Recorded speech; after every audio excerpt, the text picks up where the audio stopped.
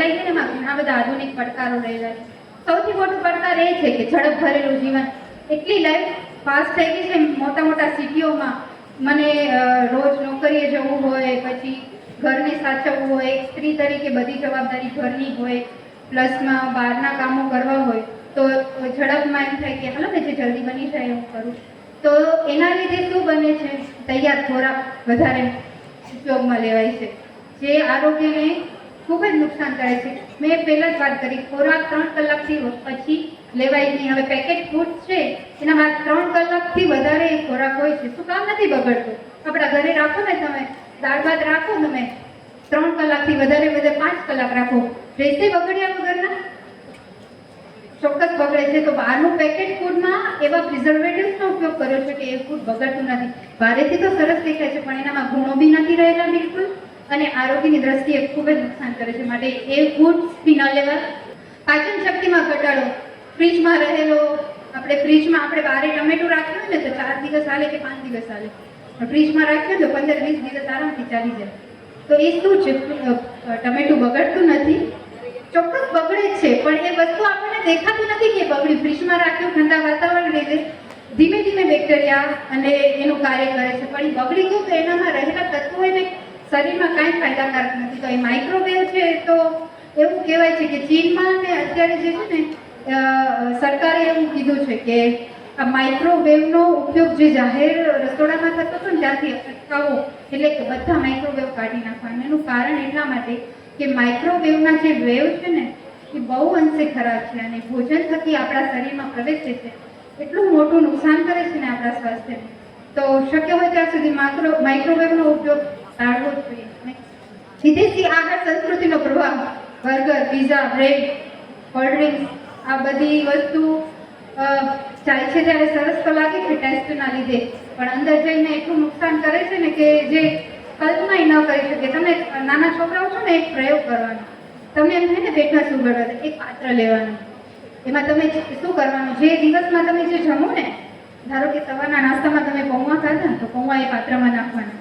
પછી વચ્ચે તમે રિસેસ પડે ત્યારે નાસ્તો લેતા હશો ને, મમરા કે કાંઈ બી, તો એ નાખવાનું. પછી બપોરે તમે જમો દાળ શાક રોટલી છાશ, એ નાખવાનું. પછી સાંજે જે આખા દિવસનું તમે જે ભોજન લો ને એ બધું એ પાત્રમાં નાખવાનું. પછી સાથે તમે પાણી એ વચ્ચે પીતા હો, પાણી રાખવાનું.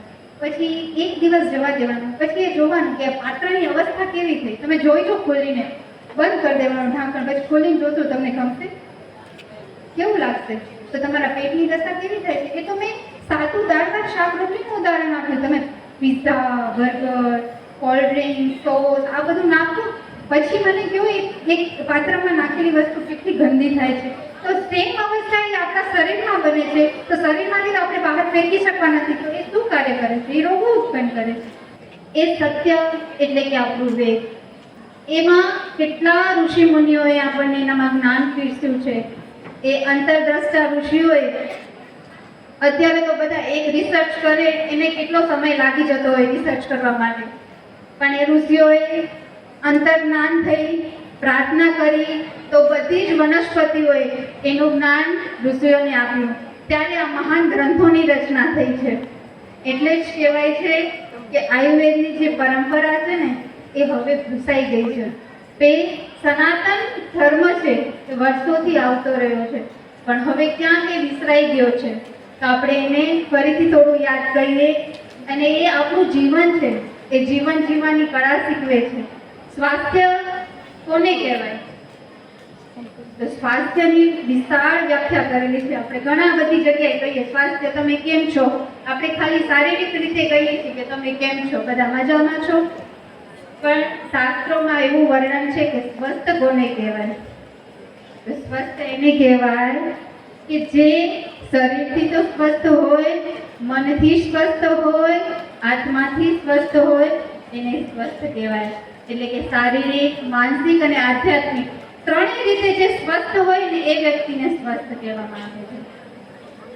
આપણી આ આયુર્વેદનું જ્ઞાન છે ને એને આપણે થોડું પાછું તાજા કરીએ.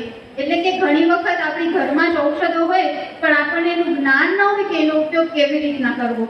તો આપણે જરાક આજે એની ઝલક જોઈશું કે કેવી રીતના એ ઉપયોગમાં લઈએ.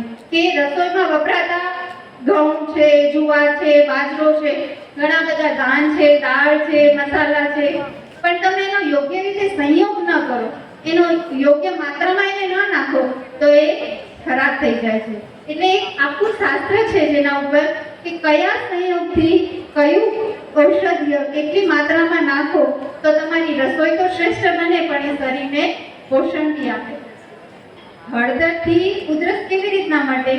શેકેલી હળદર તમે રાત્રે પાકી જાઓ તો એ ચોક્કસ જ ઉધરસને મટાડે છે. આટલું સારું ઔષધ આપણા ઘરમાં છે પણ આપણને તો એ ભાગ્યે જ યાદ આવે. તંદુરસ્તી માટેના છે ને 3 ઉપસ્તંભ આયુર્વેદમાં જણાવેલા છે: અન્ન, નિદ્રા અને બ્રહ્મચર્ય. તો જોઈએ આપણે અન્નના કેટલાક નિયમો છે, જોઈએ અહીંયા તો. સમતોલ આહાર કોને કહેવાય? સમતોલ આહારમાં બધા જ આહાર દ્રવ્ય આવે: પ્રોટીન, વિટામિન, મિનરલ્સ, કાર્બોહાઈડ્રેટ. આ બધા આહાર દ્રવ્યો જે ભોજનમાં રહેલા હોય એને સમતોલ આહાર કહેવામાં આવે. પણ એ શરીર ક્યારે એનો ઉપયોગ કરી શકે? જ્યારે આપણી પાચન શક્તિ યોગ્ય હોય ત્યારે એનો પ્રોપર ઉપયોગ કરી શકે. અને આપણે એ યોગ્ય સમયે લીધું હોય એટલે કે આહારના નિયમોનું પાલન કર્યું હોય ત્યારે ઉપયોગ એનો કરી શકાય. તો આપણે જોઈએ આપણે ક્યાં ભૂલો કરીએ છીએ. ભોજન તો બધા જ લે છે પણ એ ભોજન લેવાના અમુક સારા નિયમો છે. એ નિયમોમાં આપણે ક્યાં ભૂલ કરીએ છીએ એ આજે જોઈએ અને જ્યાં આપણી ભૂલ થતી હોય ત્યાં એનો સુધારવાનો પ્રયત્ન કરીએ.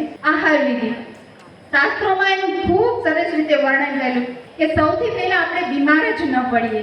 તો બીમાર ન પડવા માટે પહેલું શું કરવું જોઈએ? તો આપણે ક્યાં ચૂક કરીએ છીએ એનું ધ્યાન રાખીએ અને છતાં ક્યાંક બીમાર પડ્યા છીએ તો ઘરમાં જ જે ઔષધો છે એનો આપણે ઉપયોગ કરીએ. યોગ્ય સમયે ભોજન લેવું જોઈએ. જે સમયે લેવું જોઈએ એ યોગ્ય લેવાતું નથી. એના લીધે પાચક સ્ત્રાવો બહુ ડિસ્ટર્બ થાય છે. તો આપણું ભોજન સમય ઉપર લેવું જરૂરી છે. પછી છે પ્રકૃતિને અનુકૂળ. આ બધાના શરીરની પ્રકૃતિ અલગ અલગ હોય છે. વાત, પિત્ત અને કફ એમ 3 પ્રકૃતિ હોય છે પણ દરેકની પ્રકૃતિ સમાન નથી હોતી. તો જેની પ્રકૃતિ હોય બચપણથી એ પ્રકૃતિની પોતાને તો ધ્યાનમાં જ હોય તો એ પ્રકૃતિને અનુકૂળ લેવું જોઈએ. જેમ કે વાતની પ્રકૃતિ હોય એટલે કે જેને વાયુનો વધારે તકલીફ રહેતી હોય એવા સમયે જો તમે ચણાની વસ્તુ છે કે વાયુ વધારનાર વસ્તુ તમે વધારે લેશો તો એના લીધે તમારું શરીર બીમાર પડશે. તો આપણી જે પ્રકૃતિ છે એને અનુકૂળ વિચાર કરીને ભોજન લેવું જોઈએ. પવિત્ર સ્થાનમાં લેવું જોઈએ. આ એમ થાય કે નાનો શબ્દ છે પવિત્ર એટલે, પણ એનું બહુ જ મહત્વ છે. મેં પહેલા જ વાત કરી, સ્વસ્થની વ્યાખ્યામાં ખાલી શારીરિક વ્યાખ્યા નથી, માનસિક અને આધ્યાત્મિક આ 3 વસ્તુ સાથે હોય ને ત્યારે એને સ્વસ્થ કહેવામાં આવે. તો એ પવિત્ર એટલે કે શું? જેનાથી આપણું મન શાંત રહે, આપણું આત્મા પ્રસન્ન રહે એવી જગ્યામાં બેસીને આપણને ભોજન કરવું જોઈએ. તો એટલા માટે ખાલી શારીરિક નહીં પણ માનસિકનો પણ વિચાર કર્યો છે કે પવિત્ર જગ્યામાં બેસો. સ્વાસ્થ્યવર્ધક એટલે આપણે અત્યારે તો બ્રેડ, પીઝા, બર્ગર જેનામાં બિલકુલ કોઈ જાતના સ્વાસ્થ્યવર્ધક આહાર દ્રવ્યો રહેલા નથી. હવે એવું ભોજન તો કરીએ, કર્યું તો ખરું, હા ચોક્કસ એમ થાય કે હું જમી તો કરી પણ આપણા શરીરને એનાથી બિલકુલ પોષણ મળતું નથી. તો એવો આહાર ન લેવો જોઈએ કે જેનાથી શરીરને પોષણ ન મળે. એટલે કે સ્વાસ્થ્યવર્ધક આહાર લેવો જોઈએ. ભોજનમાં અમુક સ્નિગ્ધતા એટલે કે ચિકાસયુક્ત હોવો જ જોઈએ આહાર. જો એ ન હોય તો એનાથી પણ વિકારો થાય છે. ચિકાસયુક્ત ભોજન નથી લેતું એને કઈ રીતે તકલીફો થાય છે? લઘુ એટલે કે પચવામાં હલકું. હવે આપણે કહીએ મને આજે બહુ ભૂખ ઓછી છે, હું ઓછું જમું તો ચાલશે, ચલો ને મમરા જ ખાઈ લઉં. પણ મમરા તો હા સાચી વાત પચવામાં બિલકુલ હલકા હોય પણ આપણને એમ થાય કે બહુ ટેસ્ટી છે, 1 વાટકો લીધો, 2 વાટકા લીધા, હજી થોડાક ખાઈ લઉં, 3 વાટકા લઈએ. પચવામાં તો ચોક્કસ હલકા હતા પણ આપણે એની માત્રા કરતાં વધારે આપણે લઈ લીધા તો એ પચવામાં હલકા રહેતા નથી. તો એ વસ્તુ કઈ થઈ? ભારે વસ્તુ થઈ. મન લગાવીને સૌથી મોટો પ્રશ્ન અત્યારની જનરેશનનો, બેઠા હોય ને જમવા તો ટીવી જોશે અથવા મોબાઈલ જોવાનું હોય તો એનામાં જમે તો છે પણ બિલકુલ મન તો એનું ક્યાંક દોડતું જ હોય, મોબાઈલમાં હોય અથવા ક્યાંક ને ક્યાંક ટીવીમાં દોડતું હોય, કોઈકના વિચારો પર. એટલે કે મન આપણે જે ભોજન જમીએ છીએ એનામાં ચોક્કસપણે હોવું જરૂરી છે. જો આપણું મન એનામાં ન હોય, આપણા જે પાચક સ્ત્રાવો છે એ યોગ્ય રીતે સ્ત્રવતા નથી, પરિણામે આપણી પાચન શક્તિ નબળી પડે છે અને જે વિકારો એટલે કે રોગ ઉત્પન્ન કરે છે. એટલે કે મન લગાવીને જમવું જોઈએ. પછી આવે છે છ રસોઈ. આપણે કોઈ બી આહાર દ્રવ્યો, જેટલા બી આહાર દ્રવ્યો છે એ બધા જ છ રસોયુક્ત હોય. છ રસો એટલે કે મધુર એટલે કે ગળ્યા આહાર દ્રવ્યો, મધુર અમ્લ એટલે કે ખાટા આહાર દ્રવ્યો, લવણ એટલે કે નમકીન, તિક્ત એટલે કે કડવા, કષાય, તુરા, કટુ એટલે તીખા. આ છ રસો હોય ને એ જ આહાર કહેવાય. પણ આપણે શું કરીએ ખબર છે? આપણને ઘડિયું ભાવતું હોય ને, આપણે પહેલા ઘડિયું જ ખાઈ લઈએ, પછી આપણે વધઘટ જેટલી ભૂખ હોય ને એ પ્રમાણે ખાઈએ. લગભગ તો મને યાદ નથી કે બધા ભોજનમાં કડવા રસનો ચોક્કસ ઉપયોગ કરતા હશે, પણ આપણે દિવસમાં ગમે ત્યારે આ છ રસોમાંથી ચોક્કસ બધા રસોનું આહાર યોગ્ય લેવો જોઈએ.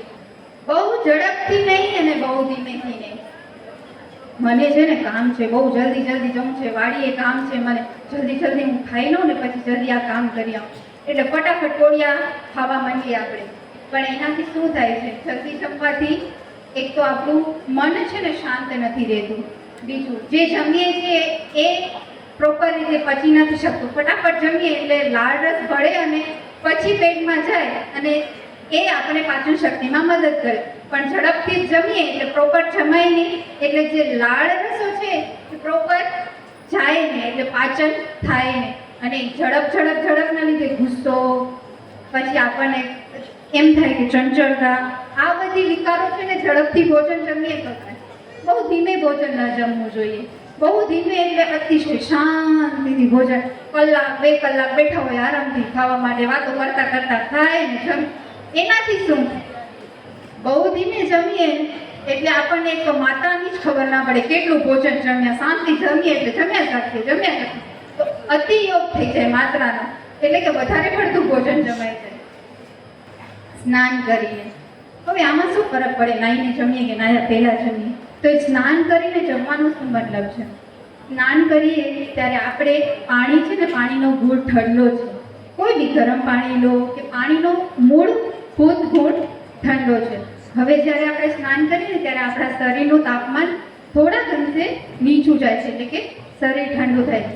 પરિણામે ડાયરેક્ટ અસર કોના ઉપર કરે છે કે આપણી જે જઠરાગ્નિ પાચન શક્તિ છે એના ઉપર અસર કરે છે. એટલે આપણી પાચન શક્તિ થોડીક નબળી થાય છે, એટલે કે ધીમી થાય છે.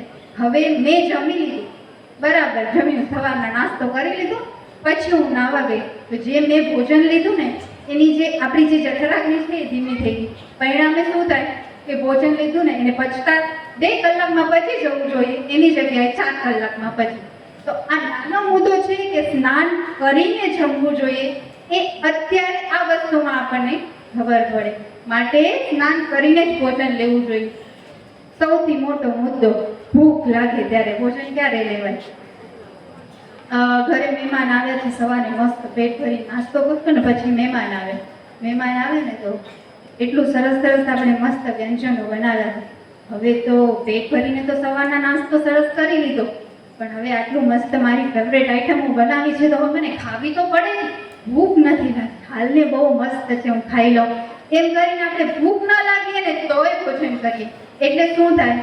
આનામાં કેવી ગડબડી થાય? તમને એક ઉદાહરણ આપું, તમે વિચાર કરજો કે શું થાય. મેં ખીચડી બનાવવા મૂકી અને 10-15 મિનિટ થઈ, સરસ એવી ખીચડી ચડવા માટે આવી હતી. ત્યાં વળી મને એમ થયું કે હવે તો મહેમાન આવે, ખીચડી ઓછી થશે, હાલો ને થોડી ખીચડી વધારે નાખ. ફરી પાછી એનામાં મગ ને ચોખા ઉમેરે, એટલે શું થયું? ખીચડી કેવી બને? હા, અડધી કાચી ને અડધી પાકી. હવે એનાથી શું થાય?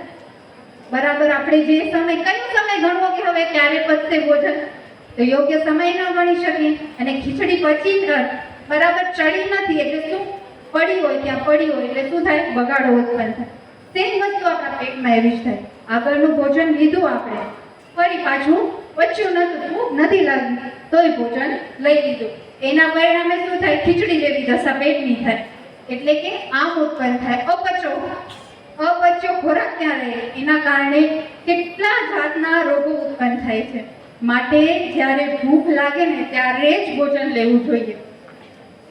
રુચિકર એટલે કે આપણને ભોજન લેવામાં રુચિ થાય. અને દ્રવપ્રાય એટલે કે કોઈ બી ભોજન આપણે લઈએ ને એનામાં લિક્વિડ હોવું જરૂરી છે. તમે છાશ લો, પાણી લો, ગમે તે લિક્વિડ સ્વરૂપમાં ભોજન હોવું. હવે પ્રશ્ન થાય ક્યારે ભોજન લેવું? તો ભોજન છે ને સૌથી પહેલે મેં કીધું ને ભૂખ લાગે ત્યારે જ જમવાનું. ગમે તેટલી મીઠાઈ હોય, ગમે તેટલી ગમતી વસ્તુ હોય તોય આપણને ભૂખ લાગે ત્યારે જ જમવાનું. જમવાનો સમય છે ને આદર્શ રીતે 2 ટાઈમનો છે. એક ઉંમર હોય ને ત્યારે આહારની ઘણી બધી જરૂર હોય કે જે ચડતી ઉંમર કહીએ યુવાની અવસ્થા સુધીની, કે જ્યારે શરીરનું ડેવલપમેન્ટ થતું હોય. નાની અવસ્થાથી આપણે યુવાનમાં થઈએ ત્યારે આપણું શરીરનું કદ અને ઊંચાઈ વધતી હોય ત્યારે આપણે યોગ્ય માત્રામાં આહાર ફરજિયાત લેવો જરૂરી છે. પણ જ્યારે એક ઉંમર થઈ ગઈ ત્યારે આપણો વિકાસ, ઊંચાઈ અને કદ બંને વધવાનું સ્ટોપ થાય છે. ત્યારે એ જ શરીર મેન્ટેન કરે છે છેક આપણે વૃદ્ધાવસ્થા સુધી. ત્યારે ભોજનની જરૂર કેટલી છે? યુવાન અવસ્થામાં હોય ને ત્યાં સુધી આ કદ અને ઊંચાઈ વધતી હોય એટલે ભોજનની આવશ્યકતા વધારે હોય. પરંતુ જ્યારે ઉંમર થઈ ગયા પછી આવશ્યકતા ખાલી શરીરને ટકાવી રાખવા માટે જ હોય. તો એવું કહેવાય છે શાસ્ત્રોમાં કે જેને સ્વસ્થ રહેવું હોય ને એટલે કે 40 વર્ષની ઉંમર પછી ભોજન એટલે કે ભરપેટ થાળી જે ભોજન જમીએ છીએ એ એક જ સમયે લેવું જોઈએ. અને છતાંય આદર્શ 2 ટાઈમનું ભોજન છે. એ અગ્નિ છે ને એ સૂર્ય સાથેનું તાદાત્મ્ય છે, એટલે કે એની સાથે સંબંધ છે.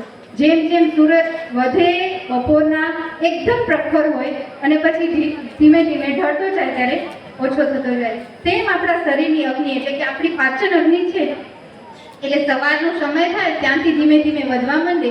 તો જ્યારે મધ્યાહને સૂર્ય પ્રખર હોય ત્યારે આપણે ભોજન જમીએ એટલે કે 10 અને 12 વાગ્યાની વચ્ચે ભોજન જમીએ તો પાચક સ્ત્રાવો સારી રીતે આપણા ભોજનમાં ઉમેરાય, જેના પરિણામે શું થાય છે કે યોગ્ય રીતે પાચન થાય છે. અને બીજો સમય એ જમ્યા અને પછી સાંજનું ભોજન.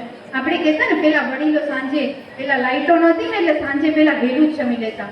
સૂર્યાસ્ત થાય ને એટલે પેલું એનું જમવાનું પૂરું જ થઈ જતું. એટલે કે સૂર્યાસ્ત પહેલા ભોજન લઈ લેવું જોઈએ. જ્યારે આપણો સૂર્ય કેમ અસ્ત થાય છે ત્યારે એનો પ્રખર તાપ ધીમો થઈ જાય છે, તેમ એવી રીતે આપણી અગ્નિ પણ ધીરે ધીરે ઓછી થઈ જાય છે.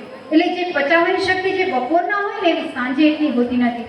એટલે સાંજનું ભોજન સૂર્યાસ્ત પહેલા લઈ લેવું જોઈએ. એટલે કે 6 અને 8 વાગ્યાની વચ્ચે ગમે ત્યારે લઈ શકાય અને થોડું હળવું લેવું જોઈએ.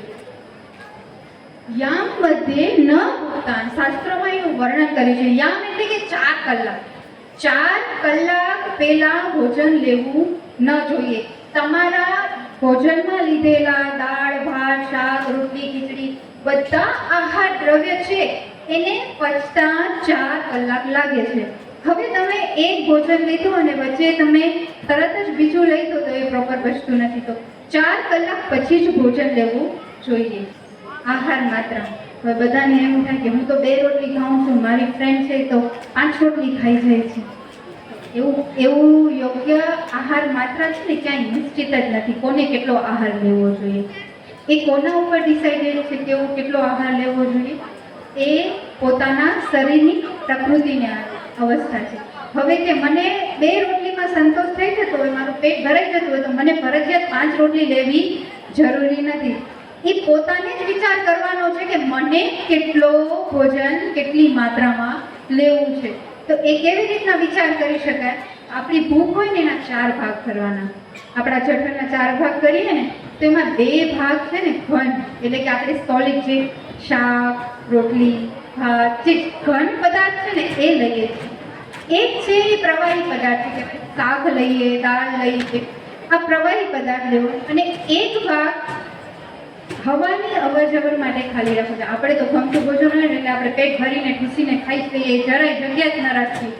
તો એના લીધે ગેસ, એસિડિટી ઘણા બધા પ્રશ્નો થાય, કેમ કે આપણે યોગ્ય રીતે પચવા માટે જરાય સ્પેસ જ નથી રાખી. કેવું ભોજન લેવાથી બીમાર ન પડાય તો એ પ્રિકોશન રાખવા માટે છે ને શાસ્ત્રોમાં કીધું છે કે 3 જાતનું તમે ધ્યાન રાખો તો ક્યારેય તમે બીમાર થશો નહીં. તો સૌથી પહેલું છે હિતભૂખ, એટલે કે પોતાનો હિતકર આહાર લેવો જોઈએ, પોતાની પ્રકૃતિ પ્રમાણે આહાર લેવો જોઈએ. કફની પ્રકૃતિ હોય અને રોજ દહીંનું સેવન કરીએ, રોજ મીઠાઈનું સેવન કરીએ, રોજ લાડવા ખાઈએ તો એ આપણને રોગ ઉત્પન્ન ચોક્કસપણે કરવાના જ છે. તો આ વસ્તુ માટે આપણે પોતાની પ્રકૃતિનો વિચાર કરવો જોઈએ. પછી છે મિતભૂખ, મેં હમણાં જ વાત કરી ને, ફૂલ પેટ ભરીને ભોજન લેવું જોઈએ નહીં, થોડુંક ઓછું ભોજન લેવું જોઈએ, એટલે કે 2 કોડિયા ઓછું જમવું જોઈએ. અને ત્રીજું છે ઋતુભૂખ, ઋતુ અનુસાર જમવું જોઈએ. શિયાળો છે ને તો એમ કહેશે મને તો આઈસ્ક્રીમ ખાવી જ છે, હું તો ખાવા જઈ, તો શું થાય? શિયાળો છે એટલે બારે વાતાવરણમાં ઠંડક છે અને આઈસ્ક્રીમ બરફવાળી છે એટલે ઠંડી છે, તો એના લીધે બીમાર થવાય. એટલે પોતાની જે આપણી અવસ્થા અને ઋતુ ચાલતી હોય એ અનુસાર ખોરાક લેવો જોઈએ. ઋષિ મુનિઓ છે ને એટલા બધા દૂર દર્શતા હતા કે એમને એટલું બધું બારીકાઈથી બધી વસ્તુનું વર્ણન કર્યું છે કે આપણે જે થાળીમાં ભોજન પીરસાય છે ને, દાળ ભાત શાક રોટલી સલાડ છે અથાણા છે, ઘણી બધી વસ્તુ આપણે થાળીમાં પીરસાય, પણ એ જમવું શરૂઆત ક્યાંથી કરવી? તો એના માટેનો ક્રમ બતાવેલો કે સૌથી પહેલાં શા માટે કયું જમવું જોઈએ.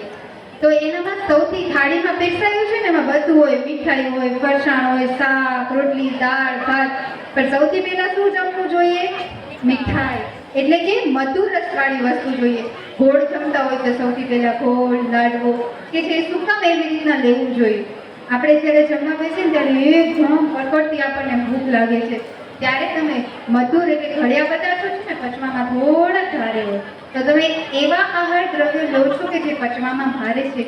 જ્યારે તમારી અગ્નિ એકદમ પ્રદીપ્ત છે ત્યારે તમે એ આહાર દ્રવ્યો લો છો ને ત્યારે તમારી અગ્નિને નોર્મલ કરે છે અને ઝડપથી ભોજન પચાવે છે. અને બીજી વસ્તુ મધુર અને સ્નિગ્ધ દ્રવ્યો, એટલે કે ચિકાસવાળા, આપણે લાડુ ખાઈએ ને તો હમણાં ઘી નાખેલું છે, તો એ શું કરે છે કે જે આપણું અંદર લેયર કરે છે, જઠર છે ને એનામાં એક ચિકાસની લેયર બનાવે કે જેના લીધે આપણા જઠરને નુકસાન ન થાય એના માટેનું એક લેયર બનાવે છે. માટે સૌથી પહેલા મધુર આહાર દ્રવ્યો લેવા જોઈએ. પછી છે અમ્લ રસ. અમ્લ એટલે કે ખાટા, ખાટામાં આપણે જોઈએ ચટણી આવે, આમળાનું અથાણું આવે, આ બધા ખાટા દ્રવ્યો છે. તો પછી બીજા સ્થાનમાં ખાટા દ્રવ્યો લેવા જોઈએ. ત્રીજા સ્થાનમાં આવે છે કે લવણ રસ, નમકવાળી વસ્તુ, એટલે કે સોલ્ટી વસ્તુ જે કહીએ ને એ ત્રીજા સ્થાનમાં લેવી જોઈએ.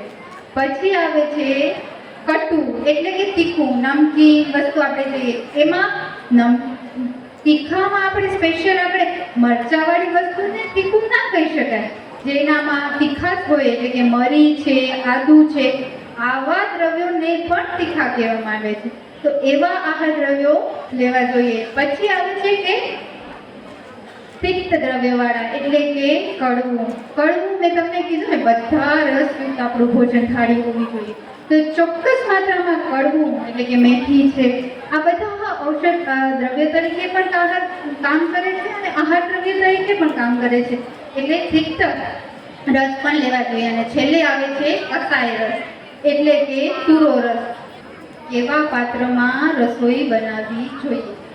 અત્યારે ઘરોઘર કુકર, નોનસ્ટિકના સાધનો, એલ્યુમિનિયમ, આ એટલી મોટી સમસ્યા છે ને. ખરેખર આ નાનો લાગતો પ્રશ્ન છે કે કયા પાત્રમાં રસોઈ બનાવવી જોઈએ, પણ અત્યારે બહુ મોટો આરોગ્યને નુકસાન કરતો પ્રશ્ન છે. અત્યારે નોનસ્ટિક આવી ગયું છે. નોનસ્ટિક એટલે કે નોનસેન્સ છે, એનામાં એટલા કોટિંગ છે જેનામાં કેમિકલ્સ રહેલા છે કે સ્વાસ્થ્યને એટલા અંશે એક ઝેર છે. તમે ધીમું ઝેર શરીરમાં નાખો તો એક સમયે એ તમને નુકસાન કરવાનું છે. તમને અત્યારે ખબર ના પડે કે એ મને નુકસાન કર્યું કે ના કર્યું, પણ ચોક્કસથી એ વસ્તુ તમને નુકસાન લાંબા સમય કરે છે.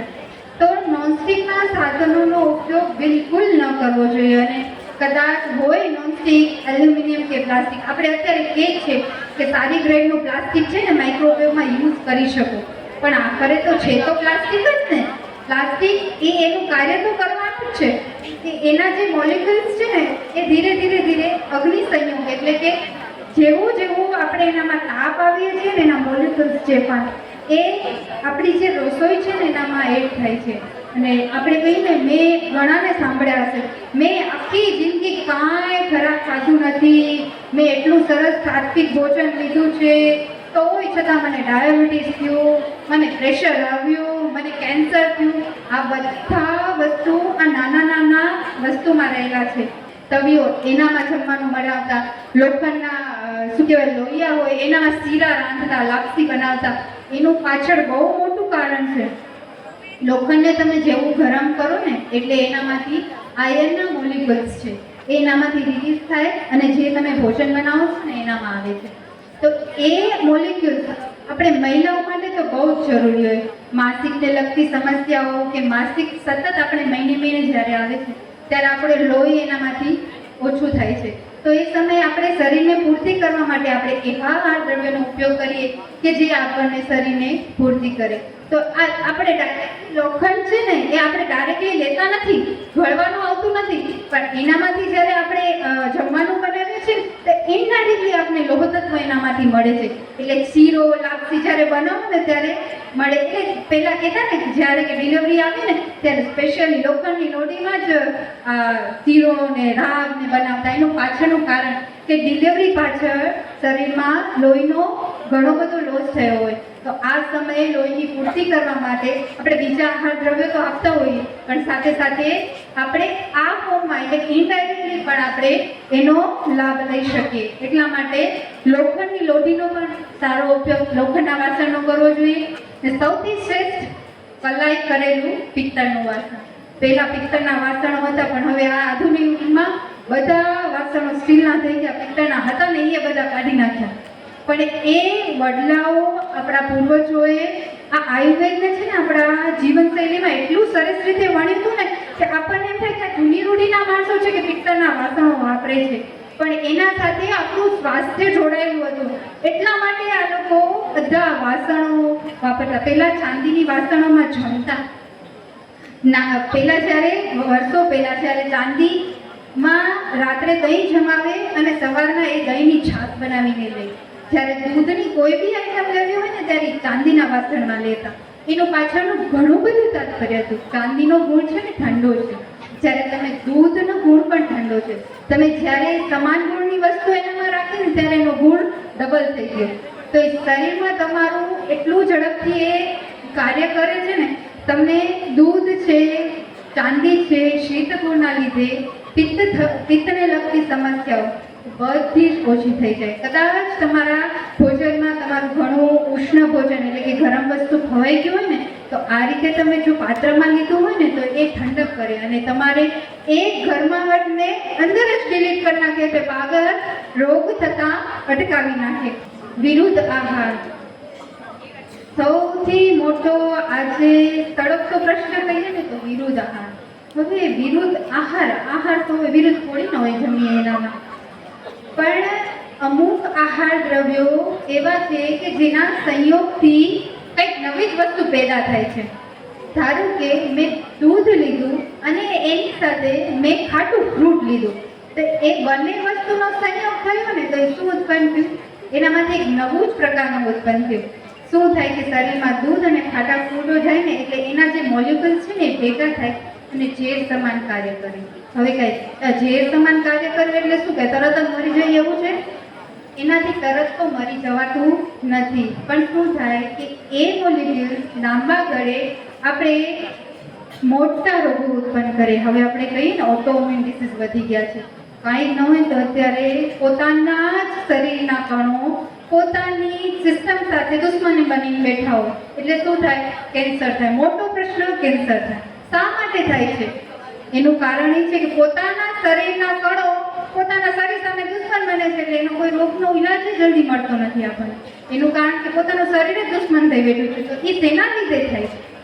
ઓટોઇમ્યુન ડિસીઝ તેના લીધે થાય છે કે જે આપણે લાંબા સમયથી આવા આહારનો ઉપયોગ કર્યો છે કે જે ધીમે ધીમે ઝેર ફેલાય છે, તો એ વસ્તુ આપણને નુકસાન કરે છે. કોઈ બી રોગ છે ને તાત્કાલિક નથી થતો. મેં આજે ખાધું, બહુ બધી મીઠાઈ ખાઈ લીધી, બહુ બધું જંક ફૂડ ખાઈ લીધું, તો મને કાલે ડાયાબિટીસ નહીં થાય અથવા કોઈ અન્ય રોગ નહીં થાય. એ ધીમા સ્વરૂપમાં લાંબા ગાળે કોઈ બી બીમારી થતી હોય છે. તો માટે વિરુદ્ધ આહાર, અત્યારે આપણે બધા ગૃહિણી છીએ, રસોડું બધા આપણે હાથમાં છે. આપણે જે ભોજન બનાવીએ છીએ ને આખા કુટુંબના પરિવારના સભ્યો બધા જમે છે. કોઈ મહેમાન આવવાનું હોય ને એટલે આપણે બનાવીએ, ખીર બનાવીએ, શાક, રોટલી, પૂરી, ઢોકળા બધું ભેગું હોય. હવે શાસ્ત્રમાં એવું કીધું છે કે દૂધની સાથે કોઈ બી ખાટી વસ્તુ ન લઈ શકાય, ઇવન તમે નમક પણ ન લઈ શકો. હવે તમે ખીર બનાવી છે તો એની સાથે તમે શાક નમકવાળું લીધું, શાકમાં ટમેટું નાખેલું છે એ ખટાશવાળું છે, દાળમાં લીંબુ નાખેલું છે એ ખટાશવાળું છે. આ બધું જે સંયોગ થાય છે ને એને વિરુદ્ધ આહાર કહેવાય. ઘણા બધા વિરુદ્ધ આહારના ક્રાઇટેરિયા છે, 18 જાતના વિરુદ્ધ આહાર કહેવામાં આવ્યા છે. પણ હું તમને આપણે જે રસોડામાં બહુ જ ભૂલો કરીએ છીએ એના માટે એક ઉદાહરણ તમને બતાવું કે કયા સંયોગો કોની સાથે ન લેવા માટે. તો દૂધ સાથે શું ન લેવું જોઈએ? તો દૂધ સાથે સૌથી પહેલું આપણે તો અત્યારે ચાલુ છે ને શું કહેવાય, સ્મૂધી. કેળા સાથે સ્મૂધી બનાવીએ દૂધમાં, ફ્રૂટ સલાડ, આઈસ્ક્રીમ, આ બધું દૂધ સાથે જ બને છે. તદ્દન વિરુદ્ધ આહાર છે. કોઈ બી રબડી લીધી, ભોજન આપણે જમવા ગયા ક્યાંય લગ્ન પ્રસંગમાં તો દૂધની એક આઈટમ હોય, જાત જાતની રબડીઓ મળે, પછી એવું પાઇનેપલ રબડી, સીતાફળ રબડી, ને એની સાથે આપણે પાણીપુરી ખાઈએ ને પીઝામાં સોસ હોય એ ખાઈએ ને પેટમાં જઈને એટલો ગડબડ ઘોટાળો થાય છે ને આપણને ખબર નથી ખાઈ લીધા પછી. આ વસ્તુ આપણને ખૂબ જ નુકસાન કરે છે. તો દૂધ સાથે ઇવન કોઈ બી ફ્રૂટ ન લઈ શકાય. કેળા, ચીકુ, પપૈયા એના જેવા બધા આપણને એમ થાય કેળાથી કાંઈ જ વાંધો ના આવે, દૂધ સાથે લેવાય. ઘણા સલાહ આપતા હોય દૂધ કેળા ખાઈ તો પેટની એસિડિટી મટી જશે. એસિડિટી મટશે નહીં, આનાથી વધારે થવાની શક્યતા વધે. એ સમયે ચોક્કસ એમ થાય કે મને ઠંડક થઈ પેટમાં દૂધના લીધે, પણ એ સંયોગના લીધે નુકસાન થાય છે. એટલે કોઈ બી સ્મૂધી છે કે કોઈ બી ફ્રૂટ સલાડ છે દૂધ સાથે ન જ લેવાય. પછી આવે છે ગોળ. અત્યારે બધા છે ને ખાંડ ઝેર, અત્યારે બહુ ડાયાબિટીસ થાય, ખાંડ આ તે, તો આપણે શું કરીએ, ચા બનાવીએ, ગોળવાળી ચા. ગોળવાળી ચા એકચ્યુઅલી તદ્દન વિરુદ્ધ આહાર છે. તમે ક્યારેક ગોળ પ્રયોગ કરી જજો. ક્યારેક તમે ચા બનાવો ને ગોળ નાખો તો ચા ક્યારેક ફાટી જાય. ક્યારેક માર્ક કર્યું છે? એનું કારણ છે ફાટવાનું. કાંઈ એનામાં દૂધ ક્યારે ફાટે? જ્યારે એનામાં ખટાશ એડ થાય ને ત્યારે જ દૂધ ફાટે. તો ગોળમાં છે ને એની ખટાશ રહેલી છે, તો એ ખટાશના લીધે વિરુદ્ધ ગણાય. તો ક્યારેય ગોળવાળી ચા કે ગોળવાળું દૂધ ક્યારેય ન લેવાય. પછી લસણ ને કાંદા, એ તો આપણે લગભગ ઘણા જાણતા હોય કે દૂધ સાથે લસણ અને કાંદા ન જ લેવા જોઈએ. મૂળા, તુલસી. તુલસી છે ને દૂધથી વિરુદ્ધ ગુણો છે બધા. તુલસી ગરમ છે, તીખી છે, આ બધા છે ને દૂધના ગુણો. દૂધ ઠંડુ છે, મધુર છે એટલે કે મીઠું છે, એના ગુણોથી એકદમ વિરુદ્ધ વસ્તુ છે. એટલે કે એ વસ્તુ જે વિરુદ્ધ છે ગુણોથી એ પણ ન લેવાય. આદુ છે, હા આદુવાળી ચા. અત્યારે લગભગ ઘરોઘર બધા આદુવાળી ચા તો પીતા જ. આપણને એમ થાય કે ચલો ને શિયાળો આવે તો હવે એલચી કે નહીં આદુવાળી ચા પીએ. આદુ છે ને વિરુદ્ધ આહાર છે. આદુ ઘણીવાર નાખો ને ત્યારે ચા ફાટી જાય. તો આદુમાં રહેલો ઉષ્ણ ગુણ એનામાં એ વિરુદ્ધ થાય છે. એટલે ક્યારેય આદુવાળી ચા લેવી જોઈએ. હું તો એમ જ કહું ચા કેમ લેવી પડે, એવું બધું મિક્સ કરવું, વિચાર કરવો, ગડબડ કરવી, એના કરતાં ચા ન લઈએ ને એ જ શ્રેષ્ઠ છે. ગાજર છે, દહીં છે, છાશ છે, ઢોકળા, અથાણા, એટલે કે ખટાશવાળી વસ્તુ દૂધ સાથે, નમકવાળી વસ્તુ કોઈ બી ન લેવી. બીજું છે દહીં સાથે શું ન લેવું. અત્યારે આ દહીંનો ક્રેઝ બી બહુ ચાલે છે. બધા એમ કહે છે કે અત્યારે ઘણા બધા સોશિયલ મીડિયામાં બહુ જ વાયરલ છે. દહીં તો બહુ પ્રોબાયોટિક સારા, દહીં તો લેવું જ જોઈએ, ડેલી થોડુંક લેવું જોઈએ. પણ ખરેખર દહીં શું છે ખબર છે? દહીં સાથે ઘણી બધી વસ્તુ એવી છે કે દહીંના પોતાના ગુણો એવા છે કે જે દરરોજ લેવાનું છે ને વર્જ્ય ગણ્યું છે શાસ્ત્રોમાં. રોજ ક્યારેય દહીં લેવાય નહીં. હું તમને આગળ દહીંનું વર્ણન કરું છું, પણ દહીં સાથે શું ન લેવું જોઈએ?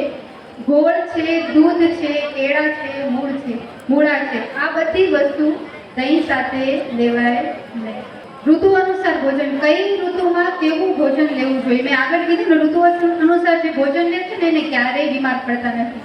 કઈ ઋતુમાં કેવું ભોજન લેવું જોઈએ? તો કે હેમંત અને શિશિર ઋતુ છે ને એ શિયાળાની ઋતુ કહેવાય. આ સમય છે ને ઠંડી વધારે હોય વાતાવરણમાં, ને વાતાવરણમાં રૂસતા હોય, આપણી સ્કિન ડ્રાય થઈ જાય છે. કારણ શિયાળામાં ઠંડીના હિસાબે આપણા શરીરમાં વાયુ વધે છે, પરિણામે રૂક્ષતા બી આવે છે. તો એ રૂક્ષતા અને ઠંડકને અનુકૂળ આવે એવો આહાર કેવો હોવો જોઈએ?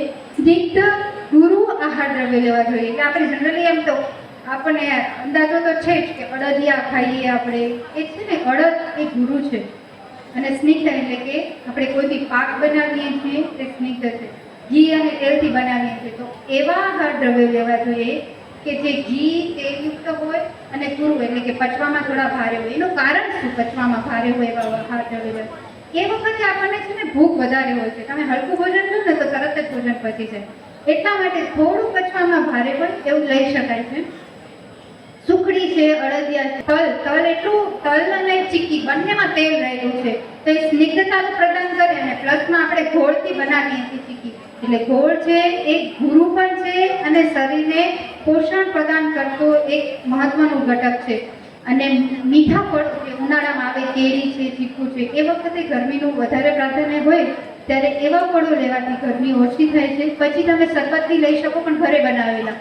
ચોક્કસ માટલાનું જ પાણી લેવું જોઈએ. ફ્રીજનું પાણી, ઘણી બધી નાની નાની વસ્તુ છે કે જે ફ્રીજનું પાણી છે એટલા અંશે ખરાબ છે. ફ્રીજનું પાણી તમે માનતા હો કે ફ્રીજનું પાણી ઠંડુ છે, પણ ખરેખર એ ફ્રીજનું પાણી છે ને ગરમ છે. તમે થોડી વાર માટે ઠંડક લાગશે પણ પેટમાં જઈને એનો ગુણ છે ને ઉષ્ણ છે. એટલે ઉષ્ણતાના લીધે તમારા શરીરના એટલા અંશે એ રોગ ઉત્પન્ન કરી શકે. એક રિસર્ચ થયું છે, નાના બાળકો ફ્રીજનું પાણી અને પૌવા અઠવાડિયામાં 3 થી 4 દિવસ જો સતત લે તો એમને કિડની ફેલ્યોર થવાના 100% ચાન્સીસ વધી જાય છે. આ નાની અમથી વસ્તુ સંયોગ છે, પૌવાનો જે ઉષ્ણ છે અને પિત્ત કરે છે, અને ઠંડુ લાગતું ફ્રીજનું પાણી એ પણ એનો ગુણ ઉષ્ણ છે, પણ એટલું નુકસાન કરે છે કે જે આપણને મોટા ડિઝીઝ તરફ લઈ જાય છે. તો એ વસ્તુ ચોક્કસપણે છે કે આપણે ઉનાળો હોય ને ત્યારે માટલાનું જ પાણી પીવું. આ નાની વસ્તુ પણ ધ્યાનમાં રાખવી. વરસાદ શરદ એટલે કે ચોમાસું, આ વખતે છે ને વાદળાના હિસાબે છે ને પાચન શક્તિ નબળી પડી જાય. આપણે ચોમાસામાં ઉત્સવ પણ એ જ રીતે આવે કે ચોમાસામાં ઉપવાસો વધારે આવે. ઘણા બધા જૈનોમાં બી પર્યુષણ આવતા હોય છે ચોમાસામાં. એ રીતના તહેવારો ગોઠવેલા છે કે એ સમય દરમિયાન ચતુર્માસ આવે છે ચોમાસામાં. શા કારણે? એક કારણે ઉપવાસ કરવાનું મહત્વ એ છે કે એ વખતે આપણી પાચન શક્તિ ઓછી હોય છે, અને એમાંય તમે જો ભોજન વધારે લઈ લો તો એ તમારે નુકસાન કરે. એટલે શાસ્ત્રમાં એ રીતે જ વર્ણન છે કે તમે ઉત્સવોને આહાર સાથે જોડ્યા છે પણ એનું આપણને ધ્યાન નથી. એટલે પાચન શક્તિ નબળી હોવાથી કેવો ખોરાક લેવો જોઈએ કે તાજો, ગરમ અને સરળતાથી પચી જાય ને એવો હલકો ખોરાક લેવો જોઈએ.